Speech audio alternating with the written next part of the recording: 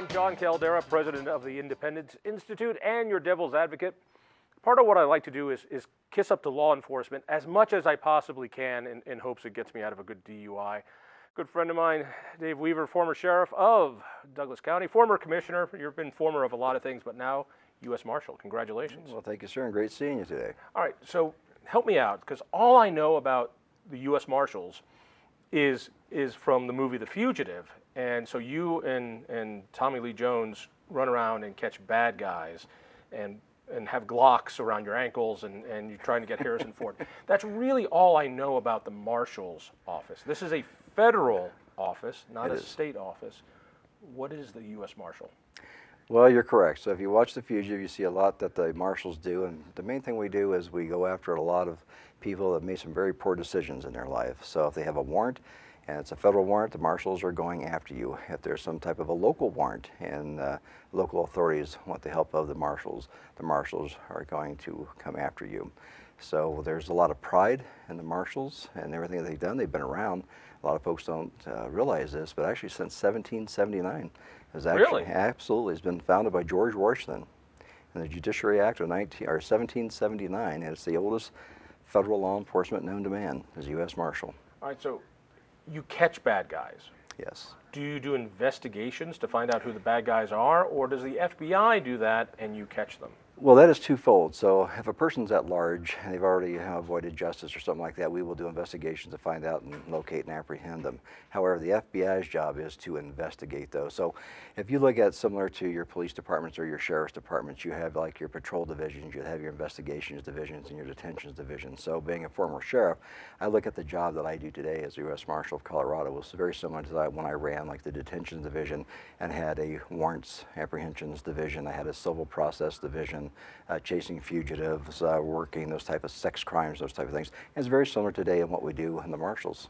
All right, so you get a list, you go catch it. So basically, you're a bounty hunter with a pension. That's all I'm seeing here.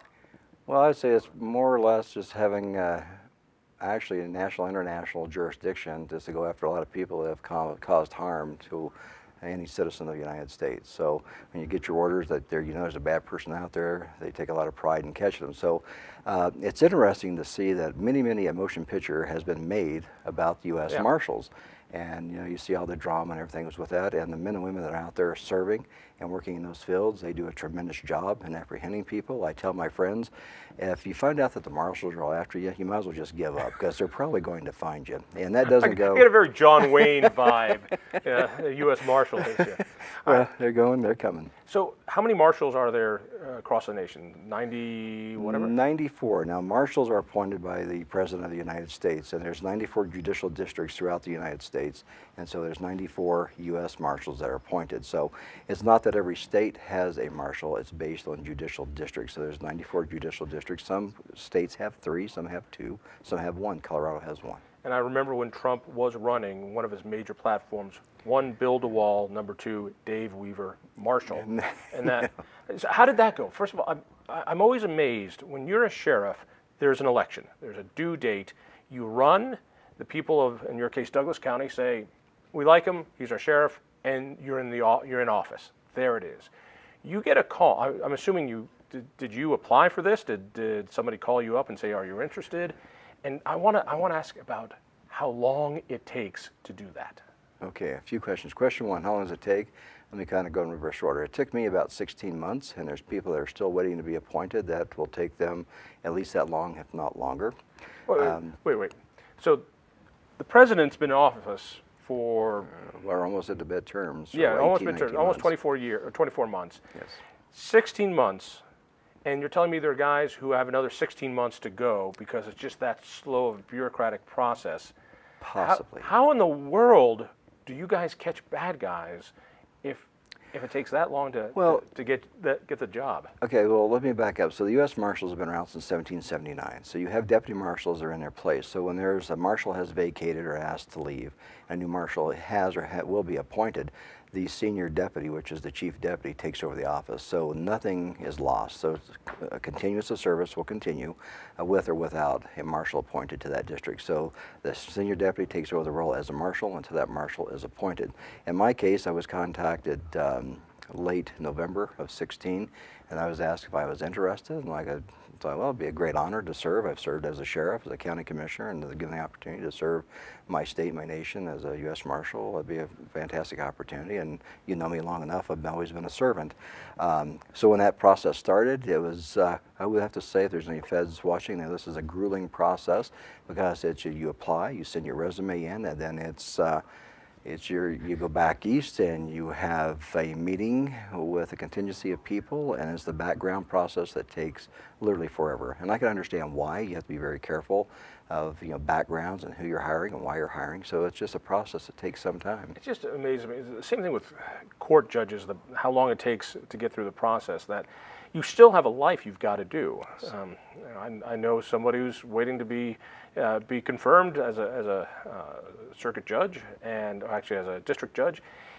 How do you go and get clients as a lawyer? How do you say, I will be able to take this, I won't be able to take that, when it could be years before you do it? You still have to make a living. So in your case, Sure. You were running as a commissioner. You were still a commissioner when this was happening. I was county commissioner, and I was actually eligible to run for a second term. And the true test for me came around in early February, where I had to make a decision. I knew I was pretty much through the process. I was told that I passed everything to be a U.S. Marshal, and that was just a position of waiting. So it takes judiciary that appointment, so as waiting and hold. And it's like, either do I run for commissioner or do I wait and see what happens with the marshal? I chose to wait, and then that was February 6th. And then I was notified March 26th of this year, and I was asked, can you start on April 2nd? And I'm like, sure. And I looked at my watch, I'm like, that's next week. So it was a quick turnaround.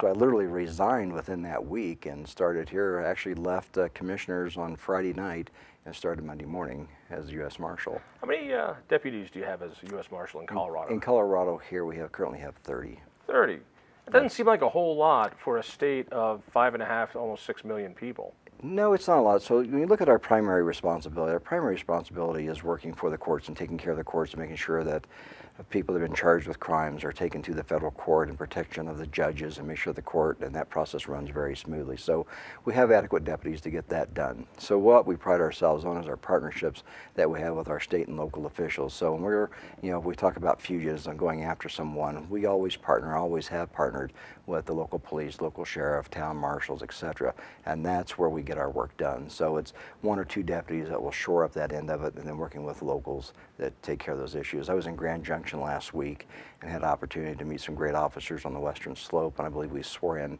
12 officers over there to be federal deputy marshals. So I have a special.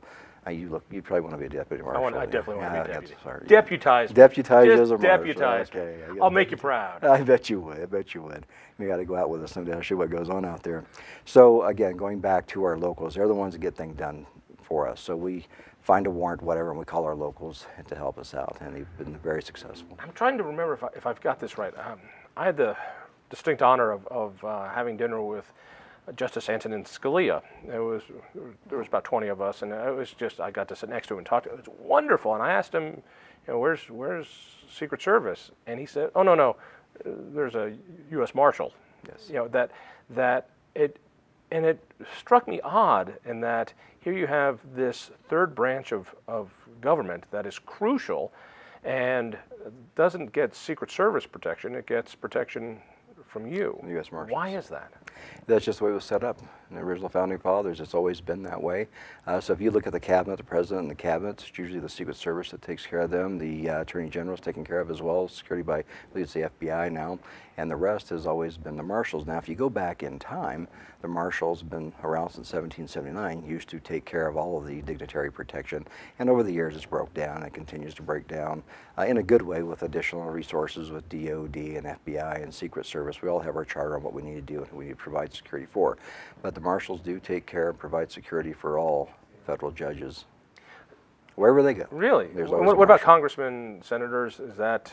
If there is a need, we're always willing to help. So that doesn't go to the Secret Service, that goes to the marshal? Wow. The marshal, be both actually. Depends what the case is and what they're working on. If there's something in particular that's going on, there's resources called in on both sides. So we share a lot of those opportunities. So if there's a threat against any federal judge, Marshals, yeah, we'll Marshal work there. that. We'll get the threat. We hear about the threat. We usually give it to the FBI or to the Secret Service, work in tandem with them, and to find Is the there any outcome. detail, like, if a justice come? I mean, what was interesting when Scalia came, there was a guy with him. Is that part of this world as well? Yes. So when you look at like a judge, just like a federal judge, like Supreme Court, something like that, someone's moving, usually headquarters will have a district. So I'm in charge of the district here in Colorado. So headquarters will actually have a detail assigned to them. They will ask the district for additional resources. So that's pretty much how it works throughout the nation. So the district will provide manpower resources as needed. Dude, if you don't mind, I'm curious now that you've seen this equation from a few different angles. You've been a deputy, you've been in law enforcement, you've been the top dog of being a sheriff of one of the largest counties in Colorado. You're a commissioner. Now you're working for the feds as a real sellout. But let me ask you a little bit about law enforcement in general, because right now we're at a point in time where there is a ton of friction between civilians and some law enforcement. Not all law enforcement. You see with the Black Lives Matter movement. You see it with what the Denver police have to deal with, shootings. What happened the other day with some undercover cops? I think it was in New York or Chicago where they were shot. I mean, it's not a partnership as much anymore in some communities as it is adversarial. It's them and us. I've never felt that way as a rule when it comes to sheriffs. Sheriffs in Colorado, at least, are largely elected directly to the people, and therefore your boss is the guy that your deputy is pulling over for speeding. It just changes the dynamic completely compared to chiefs of police who answer to the mayor. So I'm just curious, the relationship of law enforcement in America, or here in Colorado and Denver, where do you see it going? That what I thought used to be a partnership. Andy Griffith isn't around anymore. Sheriff Taylor is not is just not there as much as he should be. Yeah, that's a difficult question to ask because I've been around a long time and I've seen that Andy Griffith type of atmosphere starting off in a county that was very small at one time that's extremely large now. What I look at when it comes to law enforcement, I always look at the media reports, mostly the negative things that an officer does. But if you look whole what happens in a day's time, what a police officer, what a deputy sheriff does, what a federal agent does, it's remarkable what they're doing out there and protecting lives and just really saving. And when I say America, it's not a cliche. There's just so many things that go on that are positive. When you look at our communities, it takes a lot of outreach. If it's from our councilmen, our mayors, our commissioners, it's about trying to get back into our communities and just work and become part of that community and talk. And having our police chiefs out there. I went to an event the other night where we had the mayor, we had high-ranking police. So I thought, I was very proud because this is a sense of community, and it was an area that has some issues, but it takes a lot. But you can also see the other side of that. People who are here illegally don't want to talk to the police now because they feel that might be a way to get thrown into ICE. You've got minority communities who feel threatened and don't want to do it. That partnership just doesn't exist in a lot of communities. What do you think would fix it? What's going to fix it? I guess that's the question that's on the table. How do you fix it? So until we find some resolution to the ICE issues and the deportation issues as far as who's legal, who isn't, who belongs in the country, who doesn't belong in the country, until we can find a trust amongst us all, we're going to have failures in society. And so maybe I'm wishing upon some type of a star that someday the world's going to have peace and be global and everything's going to get along. But for history's sake, I mean, there's always been some type of altercation somewhere in this world, and it's sad to see what's taking place here in America. But somehow, some way, we hope that we can come to some kind of conclusion where law enforcement will be part of the community. If you really think about law enforcement, is law enforcement even needed? If everyone got along, you'd never need a police officer. But the thing is, reality, our people are not going to get along, and there's going to be crimes, and who's going to be out there to defend the citizens and the people's rights? And it's going to be law enforcement. So in the middle of that, things are going to happen, great things are going to happen, and unfortunately, mistakes will probably happen. But I think as long as we can try to communicate, and I think being transparent, and I want to go back to law enforcement, I think the transparency is paramount in what we do in law enforcement. As long as you can educate the public that this is what happened, and when I look at things happening, you're seeing a 30-second snapshot of this took place, whatever it is. what is the true story behind what took place? And if the police can get the true story out there in a reasonable fashion, rapid, get it out to the public on what took place, maybe that would calm some of the things down and people would have more faith. And you're starting to see more of that. I think the reaction from the police of getting, if it's videos or whatever it is, of getting You're very optimistic. I am. I want to be. I've lived in Colorado since I was like 7, 8 years old, and I have a lot of faith that there's some turbulent water, but at the same time, I'm hoping that the waters someday will calm down. Because I like to think that at the end of the day, we're all good people. Some people make bad mistakes. Now you're just being foolish. No, there's good people, but people make mistakes, and when they do, we've got to realize as a society, people are making mistakes. But the ones that are making mistakes, if the police are coming after them and there's shootings, we need to fully understand what's taken place before we judge. Marshal, thank you for spending some time with us. Hey, it's always an honor. Hope not to see you in a professional. All right, sir. Stay tuned.